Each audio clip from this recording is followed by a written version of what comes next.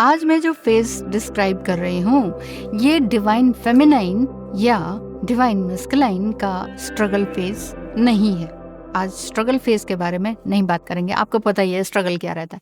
ये readiness phase की बात है आज, और ये फेज हर किसी को नहीं मिलता। हर किसी को नहीं मिलता, तो नहीं मिलता है हर किसी को ये रेडीनेस वाला फेज। क्या है ये?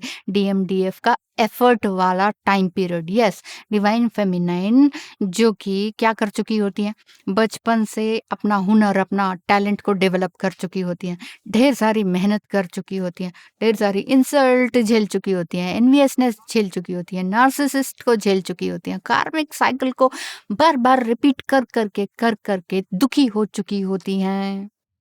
बच्चों और परिवार और जिम्मेदारियों का बोझ उठाए उठाए घूम रही होती हैं, बहुत कुछ होता है, लेकिन उसके बावजूद भी अपने एक मुकाम पर पहुंच जाती हैं ये डिवाइन फेमिनाइन। और डिवाइन मस्कुलाइन वो क्या कर रहे होते हैं? वो रिस्पॉन्सिबिलिटी से भाग कर नहीं जाते कहीं, बल्कि रिस्पॉन्सिबिलिटी को निभाते हैं, गिल्ट में रहते हैं, थोड़ा बहुत ईगो भी रहता है, खुद को प्रूव करने की कोशिश रहती है, जद्दोजहद रहती है, भाग रहे होते हैं थोड़ा पावर की तरफ, थोड़ा स्टेटस की तरफ, थोड़ा कंट्रोल करने की तरफ, चक्रव्यूह में बंधे रहते हैं और फिर अंदर से थक जाते हैं। कौन? डिवाइन मस्कुलाइन, जो really pure divine masculine energy है। ये सब एफर्ट का टाइम पीरियड होता है, ये हिस्सा होता है कि एक युग है, युग को आप फेस करते हैं। युग मतलब डिकेड्स, है ना? कितने सारे, कई डिकेड्स ही तो होते हैं जो आप ये सारी चीजें झेलते हुए आते हैं। फिर आप कहते हो लाइफ है क्या, हमें मिला क्या? तो जस्टिफाई चाहिए करना होता है हमें, फिर हम चेस करते हैं, फिर हम स्ट्रगल कर रहे होते हैं, स्ट्रगल को भी हम फेस कर रहे होते हैं, स्ट्रगल को भी कुछ नाम देना चाहते हैं, फिर हम कहते हैं हो क्या रहा है हमारे साथ। अब जो चल रहा है वो एफर्टलेस टाइम पीरियड आपका चल रहा है, यानी कि अब डिवाइन फेमिनिन मस्कुलाइन दोनों एक साथ एक स्टेज पर आ रहे होते हैं, जहां पर प्रूविंग खत्म हो जाती है कि प्रूव करना है, अब मुझे प्रूव करना है मैं ये हूं। बेगिंग खत्म हो जाती है, प्लीज मुझे देखो, मुझे बोलो, मुझे मैसेज करो। शाउटिंग खत्म हो जाती है, चेजिंग खत्म हो जाती है कि मैसेज नहीं किया, शिकायतें खत्म हो जाती हैं, पास्ट खत्म हो जाता है, फ्यूचर में ये क्या होगा क्या नहीं होगा वो खत्म हो जाता है। डिवाइन फेमिनाइन अब कहने लगती हैं कि अब अपॉर्चुनिटीज खुद चलकर मेरे पास आएंगी। अब मैं भाग भाग के थक चुकी हूँ, सेम जैसे डिवाइन मस्कुलाइन भाग भाग के थक चुका था, वो अपने चक्रव्यूह में घूम घूम के थक चुका होता है। फिर वो अपने ईगो से काम नहीं कर रही होती, वो अपने इनर रेडीनेस से काम कर रही होती, इनर रेडीनेस आ जाता है। तो डिवाइन मस्कुलाइन भी ये महसूस कर रहे होते हैं। आप कहते हो उनको तो कोई असर नहीं होता, होता है ना। डिवाइन मस्कुलाइन को भी यही सारी चीजें असर कर रही होती हैं। आपको लगता है कि नहीं, शायद उनको कुछ जरूरत नहीं होती। बहुत स्टार्टिंग में मेरे पास यही सारे सवाल आते थे, हम ही सब कुछ झेलते रहे, वो तो कुछ ना करे। नहीं, ऐसा नहीं है, दोनों का होता है। अगर आपको पर्सनल गाइडेंस की जरूरत है तो व्हाट्सएप पे दिखाए नंबर पर मैसेज करें या वेबसाइट पर जाएं।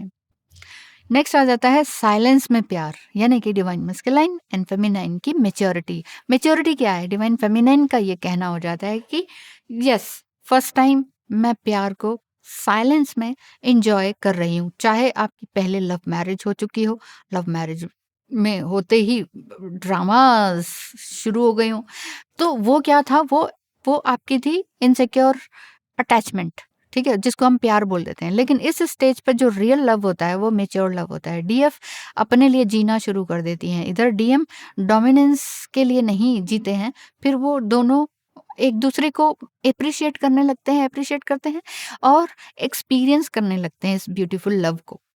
अब जो लोग कार्मिक और नार्सिसिस्टिक डायनामिक से आए हुए होते हैं, या उनकी उनकी फैमिली डिसफंक्शनल फैमिली से आए हुए होते हैं, तो वो साइलेंस को बड़े अच्छे से समझ जाते हैं, एक खराब साइलेंस और अच्छा साइलेंस, और साथ ही साथ हीलिंग की तरफ बढ़ जाते हैं।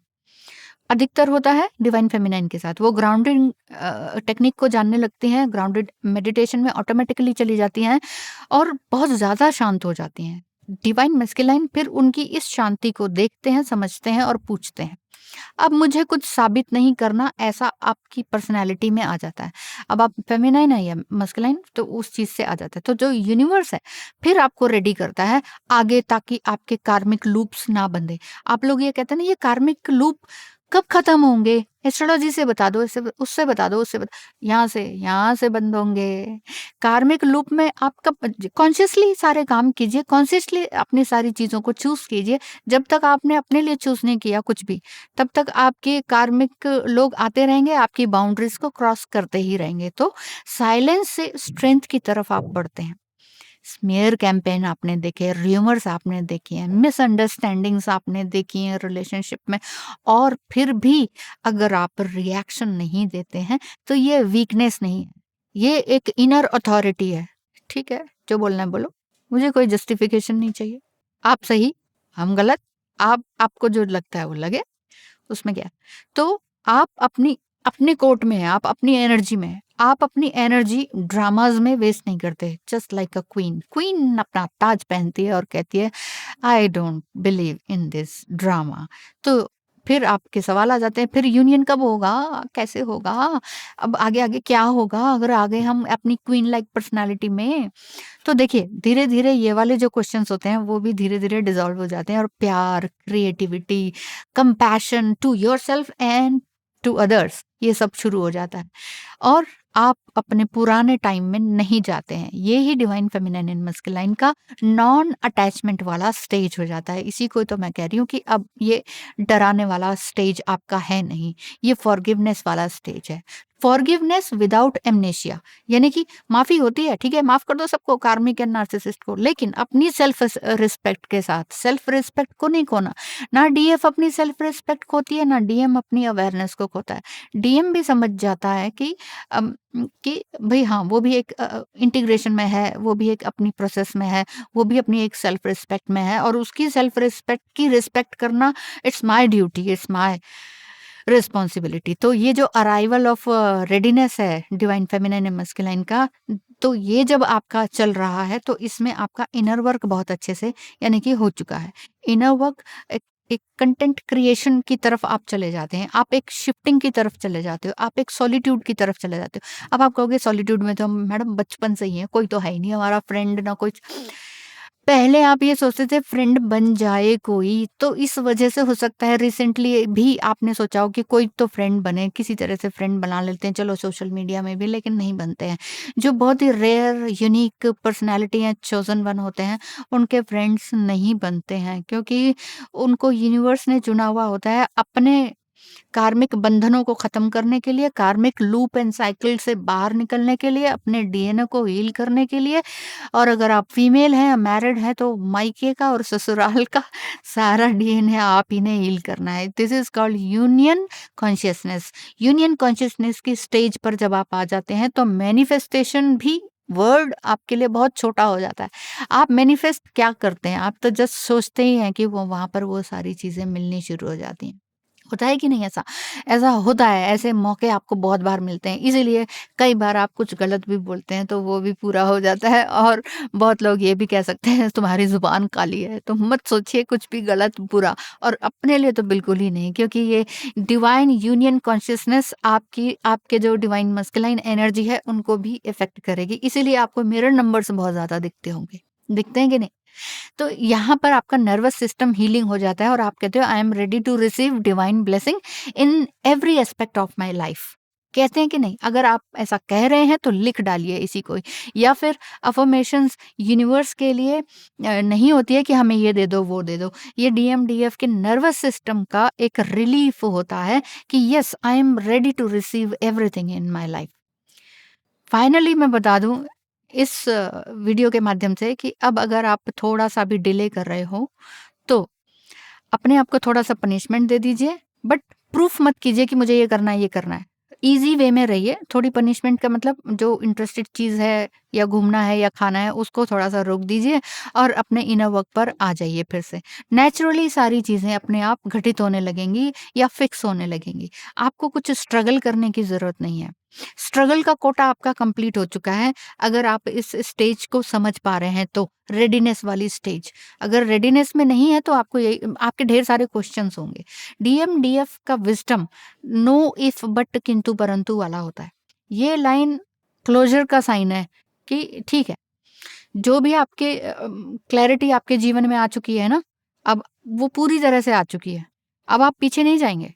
बार-बार गिरकर सँभलने का स्टेज भी गया। बार-बार गिरे, है ना? फिर से सँभले, फिर गिरे, फिर सँभले। किसमें? रिश्तों में। अब वो रिश्ते चाहे आपके मम्मी-पापा के साथ हों, चाहे आपके सास-ससुर के साथ हो, चाहे आपके फ्रेंड्स के साथ हो, पड़ोसियों के साथ हो। बहुत सारे कार्मिक एंड नार्सिसिस्ट टाइप के लोग आपने झेले हैं। हाँ, ठीक है कि उनको डायग्नोज़ नहीं किया जाता है। हम ऐसे ही किसी को भी कार्मिक और नार्सिसिस्ट नहीं बोल सकते हैं। बट जो लोग आपकी हैप्पीनेस से जलते हैं, आपके अच्छे काम पर टाँग अड़ाते हैं, आपकी एक छोटी-सी स्माइल पर आपकी लेग पुलिंग करते हैं, वो लोग अच्छे तो हैं नहीं कम से कम। सो ऐसे लोगों के लिए अ, अ, अच्छा और वो नाइस बनने की ज़रूरत नहीं है। बहुत सी हैं फेमिनाइन अभी भी उस लोअर एनर्जी में ही। वो चाहे कुछ भी कहें, करें, लेकिन हमें तो उनके लिए अच्छा ही करना है, अच्छा ही सोचना है। हम उनके लिए भी ब्लेसिंग देते हैं। मत दीजिए क्योंकि वो ब्लेसिंग नेगेटिव लोगों की तरफ जा रही है तो उनका नेगेटिविटी आप अपने सर पर ले रहे हैं ना। इस चीज़ को भी तो समझना है। ये शायद अभी आपको समझना आए लेकिन बहुत से शास्त्रों में भी इसी तरह से लिखा हुआ है। इसीलिए ऐसा ना करें। और भी कोई पर्सनल गाइडेंस की ज़रूरत है इसी से रिलेटेड कि हम ऐसा क्यों ना करें? हम किसी के पैर क्यों ना छुएँ? और ऐसे लोगों के पैर जो कि ठीक है, उम्र में बड़े हैं लेकिन कार्मिक एंड नार्सिसिस्ट हैं, आपका कभी भी कुछ भी अच्छा नहीं चाहते हैं। तो कैसे बचें, क्या करें? बहुत सी डीप बातें हैं जो हर चीज़ वीडियो में नहीं बताई जा सकती है। पर्सनल गाइडेंस के लिए ज़रूर मैसेज कीजिएगा। डिवाइन फेमिनाइन एनर्जी अपने इंटरनल मोनोलॉग्स एंड डायलॉग्स बनाते रहें। जैसे कि मैं अब थकी हुई नहीं हूँ, पर हाँ, मैं अपने आप को जीत चुकी हूँ। अब किसी को मुझे कन्विंस नहीं करना है। ये मेरी ज़िम्मेदारी नहीं है कि मैं किसी को कन्विंस करूँ। मुझे किसी को समझाना नहीं है कि मैं क्या हूँ, मैं क्यों ये कर रही हूँ, मैं क्यों ये सोच रही हूँ, क्यों मैं जा रही हूँ मैं या क्यों आ रही हूँ या मैं क्यों टिकी हुई हूँ या मैं क्यों काम कर रही हूँ या मैं कोई काम क्यों नहीं कर रही हूँ। ये मुझे किसी को प्रूफ करने की या एक्सप्लेन करने की ज़रूरत है ही नहीं। बस अब मैं महसूस कर रही हूँ और मैं शांत हूँ। This is called your readiness. Readiness कौन-सी? कि अब मैंने किसी भी तरह की मजबूरी छोड़ दी है, ठीक है, लोगों को माफ़ कर दिया, लेकिन अपनी सेल्फ वैल्यू, सेल्फ रिस्पेक्ट को मैं भूली नहीं हूँ या भूला नहीं हूँ। जहाँ इस रेडीनेस में अगर आप आ जाते हैं, तो आपको अपने डिवाइन मस्कुलाइन को भी कुछ समझाने की या बेग करने की या चेज़ करने की या अम, कुछ लिख के बताने की, टेक्स्ट करने की कुछ भी ज़रूरत नहीं है। जो भी कुछ होगा अपने आप होगा। बस आप कहिए कि मैं रेडी हूँ। लिख भी डालिए मैं रेडी हूँ, बेचैन नहीं हूँ। Thank you so much. All the best.